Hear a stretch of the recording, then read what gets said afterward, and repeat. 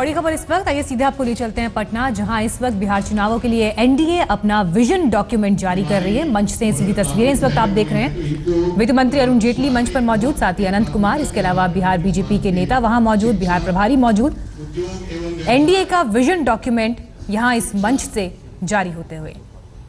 शिक्षा में काफी आपने पिछले दिनों देखा होगा कि काफी हालत बहुत अच्छी नहीं है, तो शिक्षा को कैसे बढ़ावा दे सके। इस विजन डॉक्यूमेंट के जरिए एनडीए यहां पर अपना पूरा ब्लूप्रिंट, पूरा प्लान चुनावों के तहत जनता के सामने रखेगी कि आने वाले दिनों में बिहार के लिए क्या कुछ एनडीए करना चाहता है। अगर सत्ता में आता है तो यहां से ये ब्लूप्रिंट जारी करते हुए विजन डॉक्यूमेंट बिहार के लिए एनडीए का। इसमें कुछ बिंदु हैं जो कि हमने अपने दृष्टि पत्र में रखे। ग्रामीण विकास, क्योंकि बिहार में अधिकांश बिहार की जो जनसंख्या है गाँव में रहती है, इसलिए ग्रामीण विकास पे हम लोगों ने यहाँ पर बीजेपी के बड़े नेता मंच पर मौजूद। मौलिक बातें हैं जो कि गाँव के एनडीए का विजन डॉक्यूमेंट यहां से जारी होते हुए अरुण जेटली ने ये विजन डॉक्यूमेंट जारी किया। पटना से ये सीधी तस्वीरें आप देख रहे हैं। बिहार चुनावों को लेकर अपनी रणनीति यहां पर जनता के सामने रखते हुए बीजेपी इस विजन डॉक्यूमेंट के जरिए। वित्त मंत्री अरुण जेटली ने यह विजन डॉक्यूमेंट बिहार के लिए जारी किया। और इस वक्त और जानकारी के साथ हमारे संवाददाता सुजीत झा हमारे साथ जुड़ गए हैं। सुजीत, विजन डॉक्यूमेंट यहां बीजेपी ने जारी कर दिया है, क्या कुछ खास बातें हैं इसमें? अभी तक क्या जानकारी मिल पा रही है?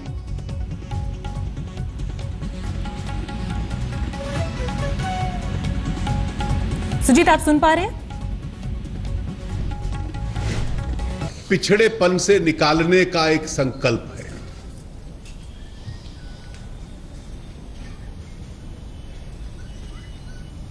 बिहार के पिछले तीनों चुनावों के साथ 2005 में 2 बार चुनाव हुआ और उसके बाद 2010 के चुनाव के साथ भी मुझे जुड़ने का अवसर मिला था।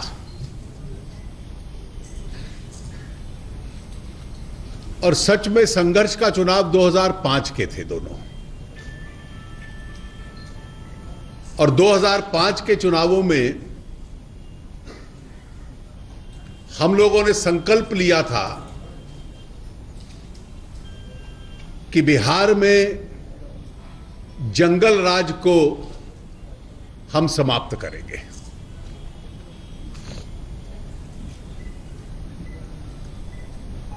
सरकार चली और उसके बाद स्वाभाविक था कि जेडीयू की राजनीति में स्थिरता नहीं थी और जंगल राज के खिलाफ चुनाव जीता गया 2 बार 3 बार और बाद में जेडीयू की निर्भरता उसी जंगल राज के निर्माताओं के साथ हो गई।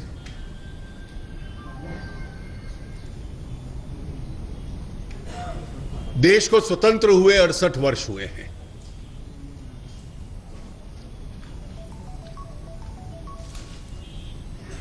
पहले 4 दशकों में 1-2 अपवाद छोड़कर यहां कांग्रेस पार्टी के नेतृत्व की सरकार थी। 15 वर्ष तक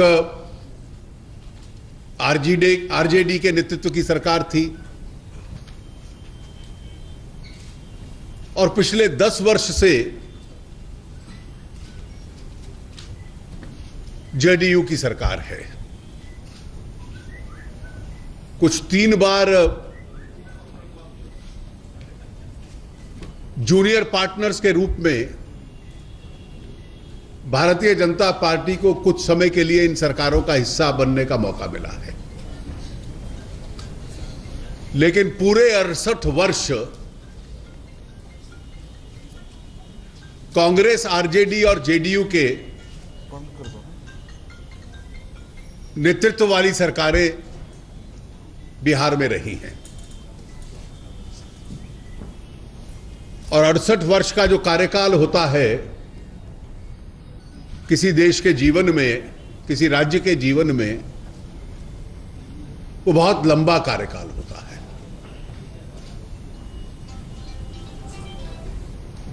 इतने लंबे कार्यकाल में तो राज्य की पूरी तस्वीर बदली जा सकती है।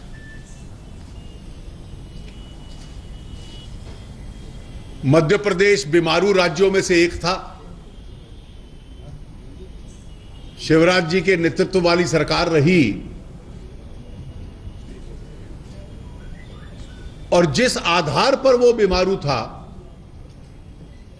ना सड़क थी, ना स्वास्थ्य व्यवस्थाएं थी, ना पानी था, ना बिजली थी, पूरे राज्य की उन 15 वर्षों में तस्वीर बदल दी गई और मध्य प्रदेश उस बीमारू अस्तित्व में से बाहर निकल आया। और यहां तो इन 3 राजनीतिक दलों को 68 इयर्स, 68 वर्ष एक के बाद एक बिहार पे राज्य करने का मौका मिला है।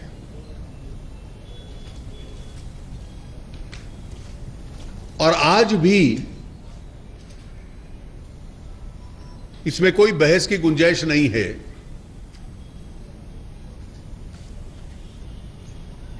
देश के विभिन्न राज्यों में जो विकास के मापदंड होते हैं, बिहार बहुत पीछे है। पिछले 10 वर्षों में भी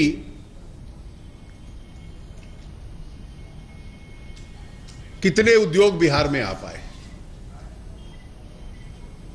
बिजली की स्थिति में कितना सुधार हो पाया, बिजली के कारखाने नहीं चले तो इस महागठबंधन का एक साथी दूसरे से पूछे कि 8.25 साल इस 10 वर्ष में से कांग्रेस की सरकार थी, कितनी बिहार की सहायता की उन्होंने।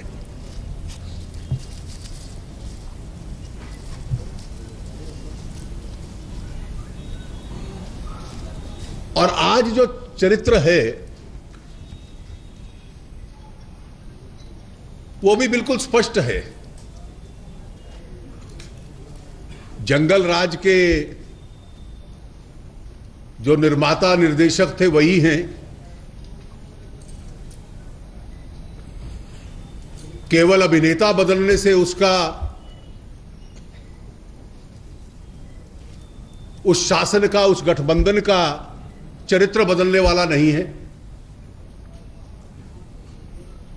इसलिए इस चुनाव में जो बहस होनी चाहिए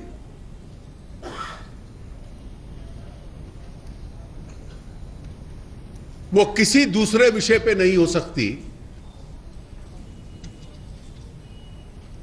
ये तीनों से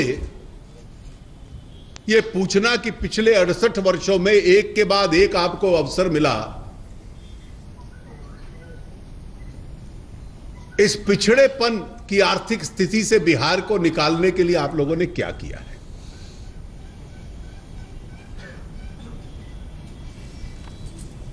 और ये जो अवसरवादी सा गठबंधन बना है,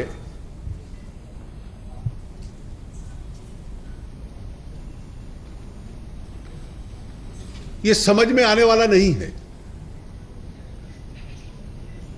जो इसमें पार्टिसिपेंट्स हैं, राजनीतिक स्थिरता, पॉलिटिकल कंसिस्टेंसी, उनमें से एक का भी गुण नहीं है। Political consistency is not their virtue. और इसलिए बिहार को अराजकता में घसीट डालना,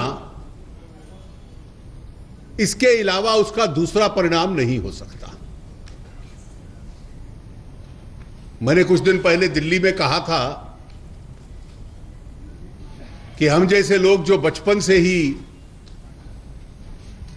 राजनीतिक और सामाजिक कार्यकर्ता रहे हैं और राजनीति के विद्यार्थी भी रहे हैं,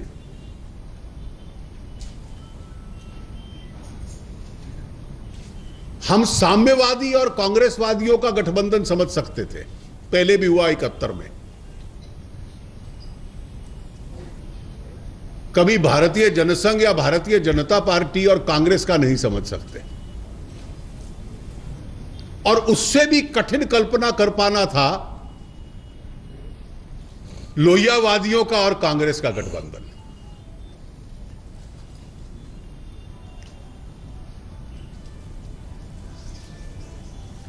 वैचारिक दृष्टि से कोई समानता नहीं, राजनीतिक शैली अलग है, विचार अलग है, लेकिन क्योंकि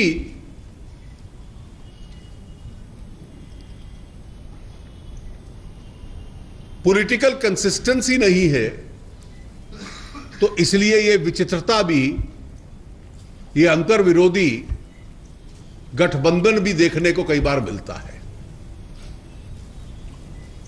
ऐसी तीन टांग की दौड़ कभी दौड़ी नहीं जा सकती, और दौड़ी भी जाए तो कभी वो जीतती नहीं है। इसलिए भारतीय जनता पार्टी ने अपने एनडीए सहयोगियों के साथ बिल्कुल स्पष्ट बहुमत आए, और आज जिस दृष्टिपत्र को हम लोगों ने आपके समक्ष रखा है, उसके पीछे बड़ा स्पष्ट उद्देश्य है। बिहार में दो चीजें हैं जो बिहार की ताकत है। एक बिहार की खेती, और दूसरा बिहार का ह्यूमन रिसोर्स। वो ह्यूमन रिसोर्स एक प्रकार से डिसइंटीग्रेट हो जाता है, अवसर पाने के लिए बिहार से बाहर चला जाता है।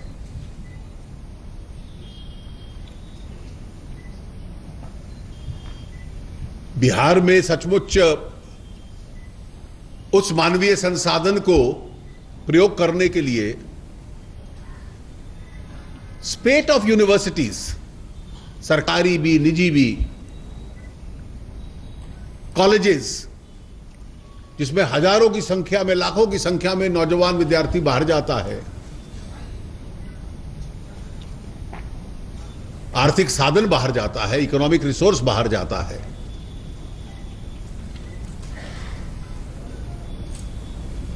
बिहार की पावर, बिजली की समस्या, उसका हल ढूंढना, बिहार में इंफ्रास्ट्रक्चर का निर्माण होना, आरंभ में तो एग्रो बेस्ड इंडस्ट्री बने, और फिर बिहार के अंदर बिजली भी उपलब्ध हो तो कुछ जनरल इंडस्ट्री बने, बिहार के अंदर रोजगार के साधन हो।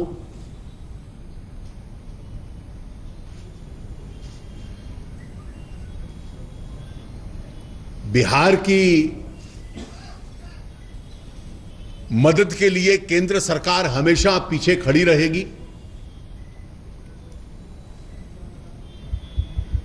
और हम लोग ये मानते हैं कि अगर बिहार में भारतीय जनता पार्टी के नेतृत्व वाली सरकार बनती है, जिसकी पूरी संभावना हमें आज दिखती है, एनडीए की सरकार की, तो ये जो इतिहास बिहार में लिखा गया,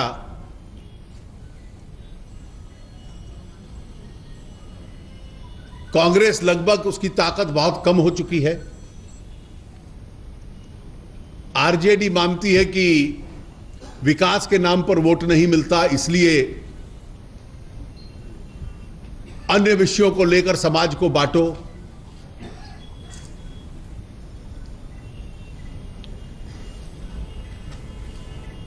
इसके विकल्प में केवल बिहार के जो दो बड़े साधन हैं, उसको बुनियाद बनाकर बिहार को एक विकास की यात्रा में ले जाने का मार्ग तय करें।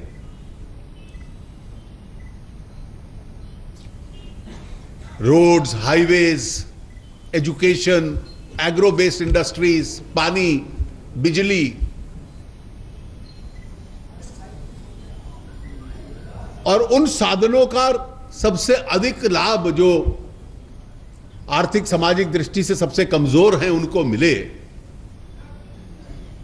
ये इस दृष्टिपत्र का मूल उद्देश्य है। आप सबके माध्यम से मैं बिहार की जनता से इस बात की अपील करूंगा कि एनडीए की सरकार, भारतीय जनता पार्टी के नेतृत्व की सरकार भारी बहुमत से इस बार जीते और इस डेवलपमेंटल एजेंडा को हम लोग लागू कर पाएं। आप सबका बहुत बहुत धन्यवाद। एक एक करके आप सवाल ले पाएंगे, इसे एक एक करके आप सवाल करेंगे।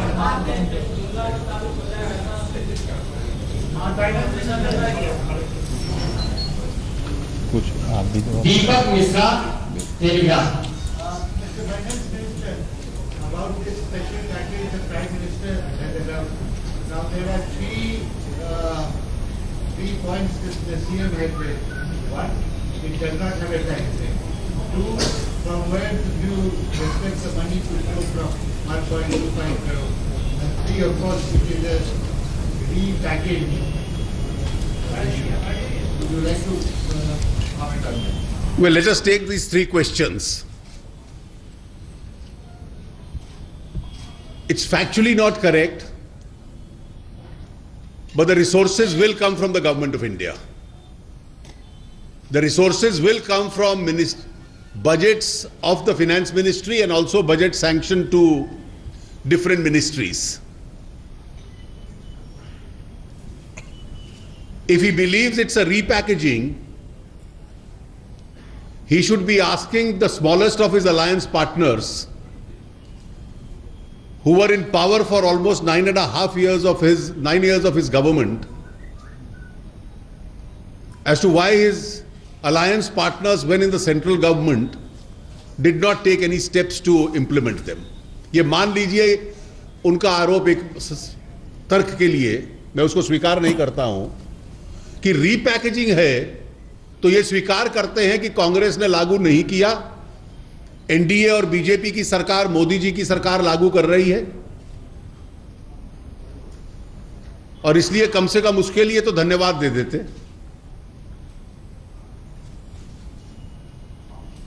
और नई सरकार हमारे नेतृत्व में बनेगी,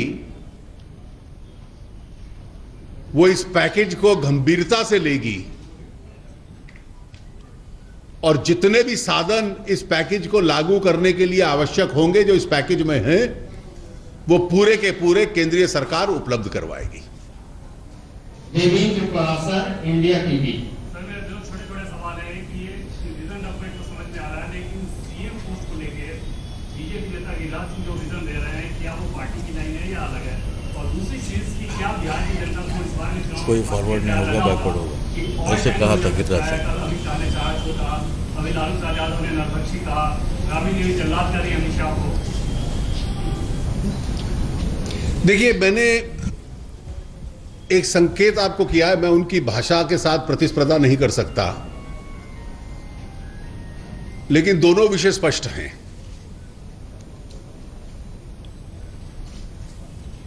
हमारे नेताओं में से एक होगा, आनंद कुमार जी हमारे यहां के प्रभारी हैं, आपको और स्पष्टता दे सकते हैं। यह कई बार हुआ है कि चुनाव के बाद हम लोग मुख्यमंत्री की घोषणा करते हैं और पार्टी को लेकर इसमें कोई विषय नहीं है, गठबंधन को लेकर कोई विषय नहीं है, मीडिया की उत्सुकता रहती है, लेकिन स्वाभाविक है। अमित,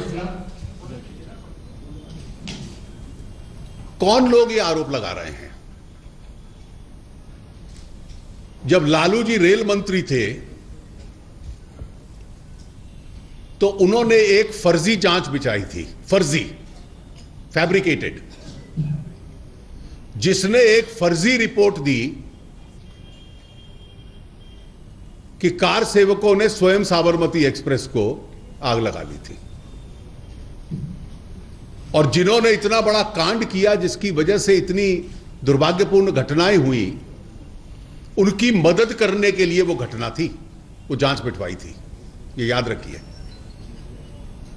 और इसलिए ये शब्दावली का आपने बतलाया, वो अपने उस कारनामे पे अगर उसका प्रयोग करे तो बेहतर होगा।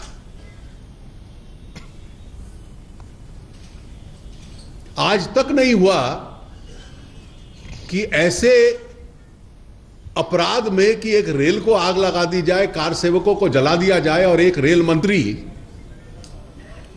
एक फर्जी रिपोर्ट तैयार करवा ले, और अब तो अदालत का फैसला भी आ चुका है कि किसने लगाई। और अमित जी के खिलाफ जो झूठा फर्जी केस बनाया गया उस पर भी अदालत का फैसला आ चुका है। और यह फैसला केवल एनडीए के शासनकाल में नहीं आया। जब कांग्रेस की सरकार थी और अमित शाह को बेल मिली तो गुजरात हाईकोर्ट ने तब भी कहा था, prima facie it's a case of no evidence. ये यूपीए सरकार के दौरान हाईकोर्ट ने कहा था बेल देते वक्त।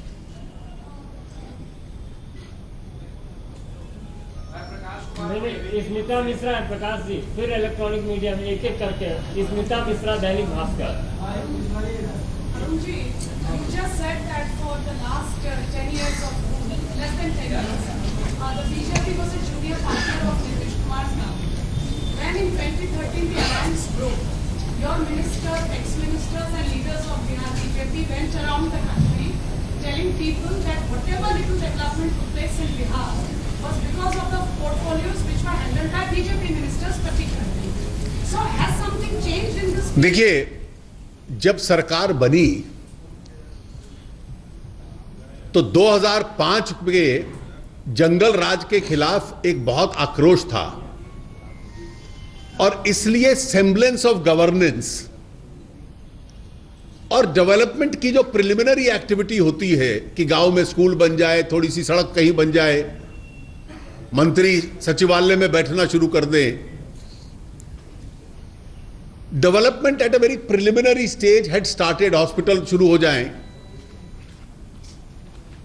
लेकिन यह बात भी स्पष्ट है कि सरकार चलने के कुछ समय बाद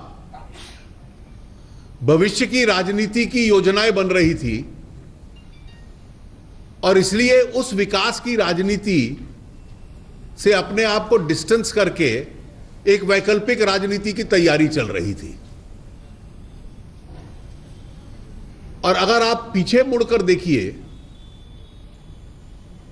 तो बिजली का उत्पादन कितना बढ़ा 10 साल में, इंडस्ट्री कितनी आई 10 साल में, डेवलपमेंट इंडस्ट्रीज में आप कहां पहुंचे। आज भी ये वास्तविकता है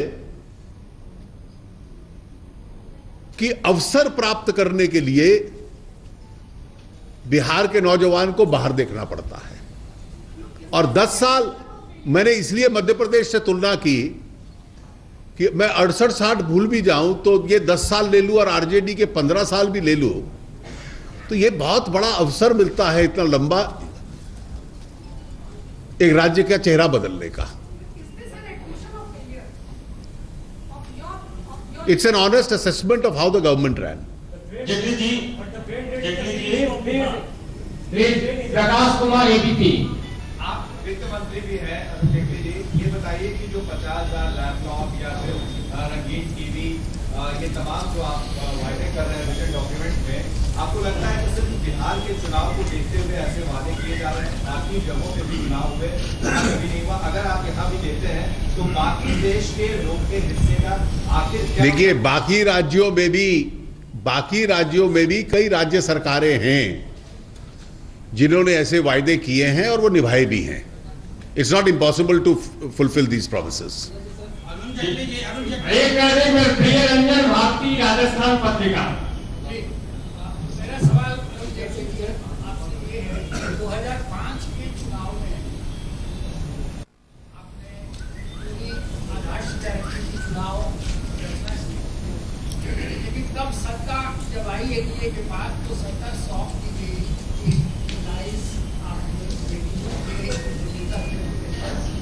क्या इस बार भी जद्दोजहद के बाद जब चुनाव हो रहा है तो क्या आपने अपना नेता निर्णय नहीं किया है, तो क्या ये संभव हो सकता है कि उसकी पुनरावृत्ति हो और फिर अपने किसी सहयोगी दल के नेता को आप? देखिए, हर चुनाव में जब टिकटें बंटती हैं तो स्पष्ट हो जाता है सीनियर पार्टनर कौन है। 2005 में स्पष्ट था और आज 2015 में भी स्पष्ट है। Manish Kumar NDTV please happen. Sir, ये जिसकी पत्र की क्या गंभीरता है, क्योंकि प्रधानमंत्री नरेंद्र मोदी ने लोकसभा चुनाव के पहले पूर्णिया में 3 वादे किए थे। सबसे पहला वादा था कि बिहार को विशेष राज्य का दर्जा दिया जाएगा, विशेष पैकेज दिया जाएगा और विशेष ध्यान दिया जाएगा। आपने पैकेज दिया लेकिन विशेष राज्य का दर्जा नहीं दिया। मेरा दूसरा सवाल है सर कि ब्लैक मनी को लाने के लिए एक स्पेशल ड्राइव स्टार्ट हुआ था 1 जुलाई से। 15 अगस्त को प्रधानमंत्री जी ने रेड कोर्ट से बोला कि 6500 करोड़ का डिक्लेरेशन आ चुका है। गवर्नमेंट ऑफ इंडिया का अभी जो आपका लेटेस्ट प्रेस रिलीज आया है उस विंडो के खत्म होने पर वो अमाउंट बता रहा है कि 3770 करोड़ है। तो ये सच कौन बोल रहे हैं, प्रधानमंत्री? सीधे नहीं चलते हैं आपको पटना, जहां विजन डॉक्यूमेंट जारी करने के बाद प्रेस से बात कर रहे हैं अरुण जेटली। नारे को नहीं दे सकते, इसलिए एक बनावटी ख्याल की भारतीय जनता पार्टी या आरएसएस आरक्षण का क्या करेंगी। आरएसएस ने भी इस बात का समर्थन करके स्पष्टीकरण उस बयान का दिया है। जहां तक भारतीय जनता पार्टी का स्पष्ट मत है, जब से भारतीय जनसंघ बना है हम लोग आरक्षण के समर्थन में रहे हैं और रहेंगे। देखिए, अपने तथ्य प्लीज यार अपने तथ्यों को स्पष्ट कर लीजिए। 2 आइटम्स को लेकर दाम बढ़े हैं, जिसका प्रयास किया जा रहा है क्योंकि उसकी देश में पैदावार कम होती है दालों की। उसके अलावा पिछले 20 साल के इतिहास में महंगाई इस स्तर पर नियंत्रित नहीं रही जो आज है। अगर आप किसी दिन का समाचार पत्र पढ़ लें तो होलसेल प्राइस इंडेक्स नेगेटिव में है, कंज्यूमर प्राइस इंडेक्स 3% के आसपास है। अरुण जी, लेकिन जिस टाइमिंग पे मोहन भागवत जी का बयान आया, क्या बीजेपी को लगता है कि वो टाइमिंग ठीक नहीं थी? देखिए, वो बयान का कोई गलत अर्थ निकाल ले तो मैं उसकी सहायता नहीं कर सकता, लेकिन बिल्कुल स्पष्ट है भारतीय जनता पार्टी पूरे रूप से इसको स्पष्ट कर चुकी है।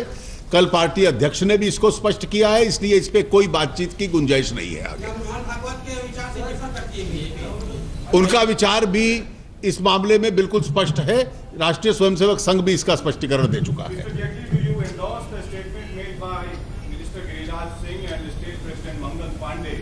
That an upper caste cannot become the chief minister of Bihar, and only a person coming from a backward community can become the chief minister of Bihar. Well, they have spoken about their political perception. There may be some weight in that political perception.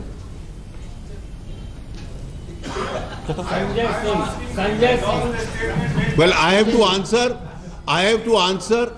answer the way I have to answer. Last question, Sanjay Singh. चलिए last question यार, ये आखिरी। तो media के सवालों का जवाब देते हुए यहां पर वित्त मंत्री अरुण जेटली ने साफ किया कि जनसंघ के जमाने से हम आरक्षण के समर्थन में हैं और आगे भी रहेंगे। एक ब्रेक के लिए रुकेंगे, फौरन लौटेंगे। आप देखते रहिए आज तक।